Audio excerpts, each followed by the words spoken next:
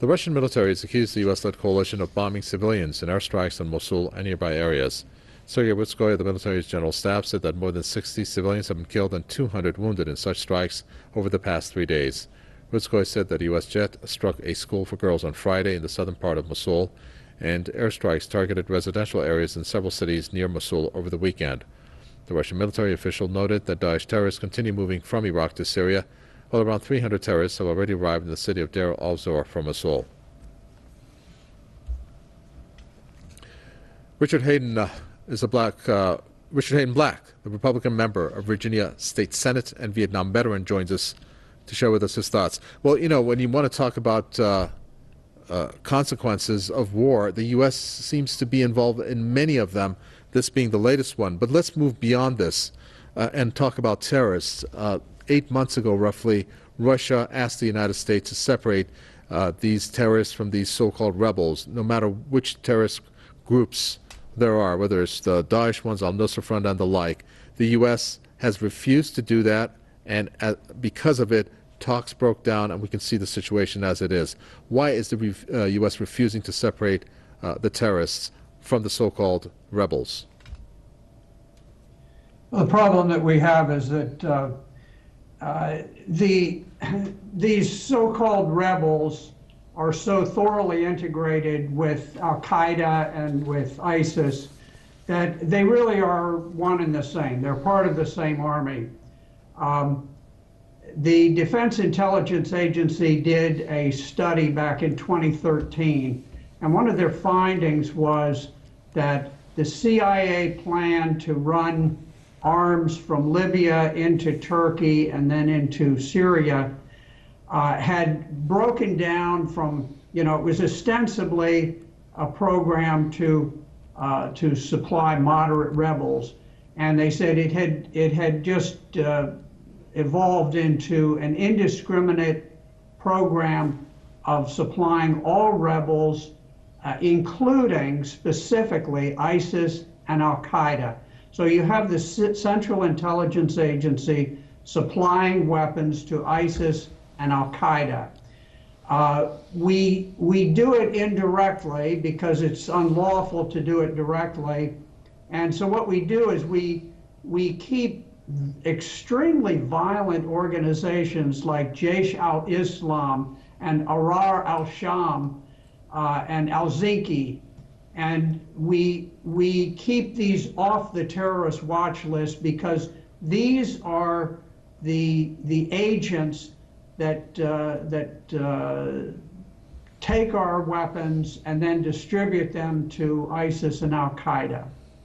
If you go back to the time when Russia sent the expeditionary forces to aid Syria, if the United States had just stayed out of it at that point, the war would be over by now. People would be rebuilding, refugees would be returning back to Syria, but the United States rushed anti-tank missiles, and we used these so-called moderate rebels as a conduit to supply al-Nusra, which is Al-Qaeda in Syria, and ISIS, and we got them the anti-tank missiles that they needed that allowed them to slow down the Syrian advance. And so this is why we can't separate them, because they really are not separate. They are one and the same. Well, let's break this down into two parts. First of all, from what I gather from what you have said, am I correct to conclude that if the U.S. right now was to pull out of Syria, would we see the surrendering of these terrorists and in turn perhaps the situation to start to move towards normalcy? I think that would have happened when the Russians went in. I think the Syrian army with Russian air support would have quickly conquered all of the rebel forces and driven them out of Syria. As you know, probably 3/4 of the rebels are not Syrian at all. They are mercenaries recruited by Turkey, by Qatar, by Saudi Arabia, and they are paid. In some cases, the pay of mercenaries may be 4 or 5 or even 10 times what a Syrian soldier receives. So they're able to recruit these people from around the world. So if you go back to when the Russians first went in and the United States had taken no action to support the terrorists, the war would be over. Now, today, you have what I consider the axis of evil: Turkey, Qatar, and Saudi Arabia. These are the ones who are the primary force behind the terrorist movement, particularly Turkey. The Turkish border runs along the north of both Syria and Iraq. Turkey has invaded Iraq. It has invaded Syria with heavy military forces. Turkey has really become a rogue nation.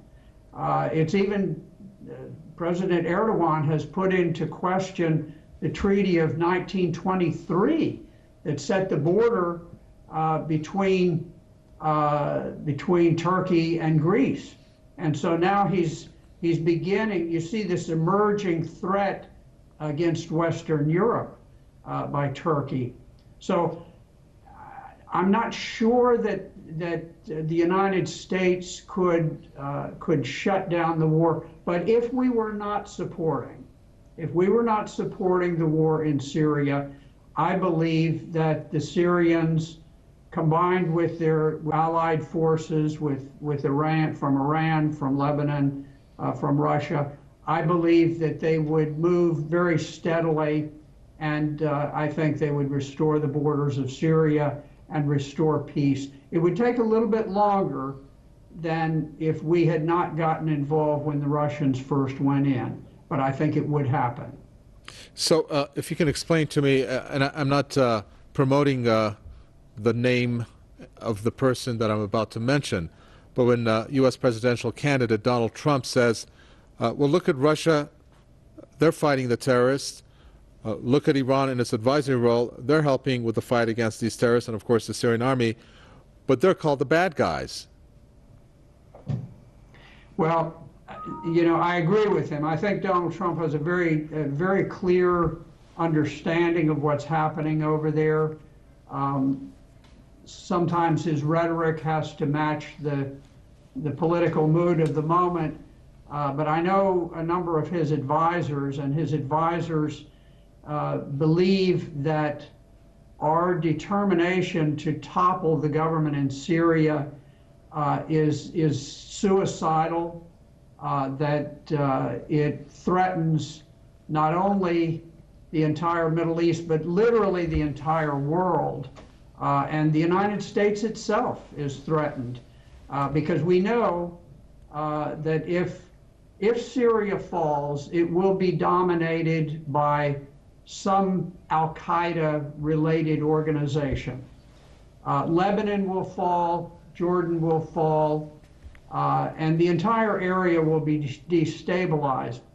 Beyond that, if you watch Turkish President Erdogan, he's been a very patient man, and he has made clear that he looks to the resurrection of the Ottoman Empire, and he has become more and more aggressive. He's crushed the military. He's crushed the free press.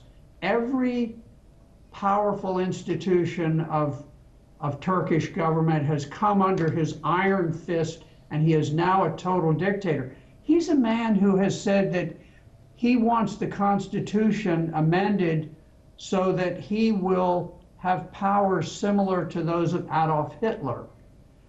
This is the man that the United States says, oh, this is our great ally.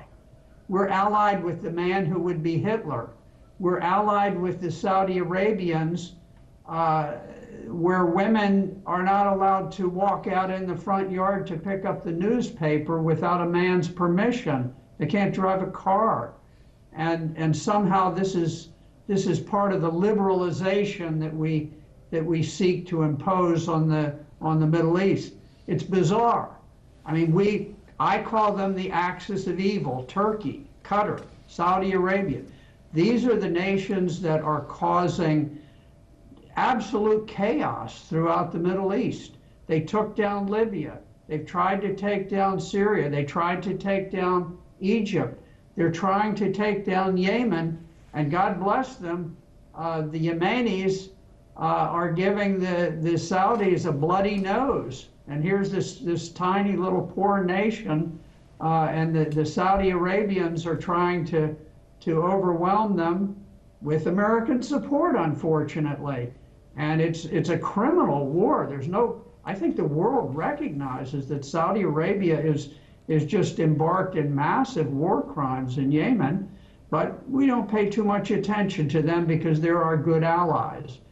But the United States is on a terribly suicidal course of action, and we are using, Saudi money pays the very top politicians in many Western nations, and they really have co-opted the American military into acting as mercenaries for Wahhabism.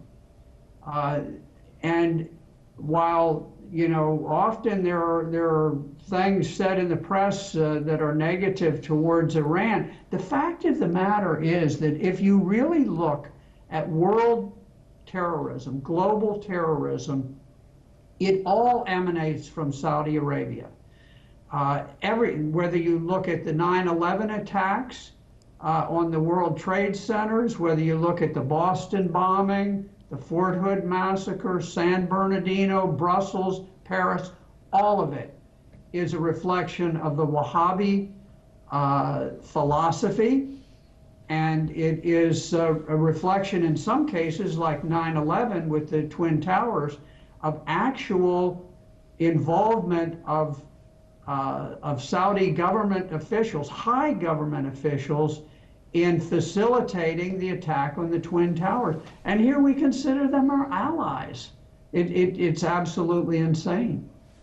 Very well. Thank you for that. We appreciate it. A pleasure talking to you. Richard Hayden Black, Republican member of the Virginia State Senate and Vietnam veteran, talking to us there from Broadlands. Thank you for your comments.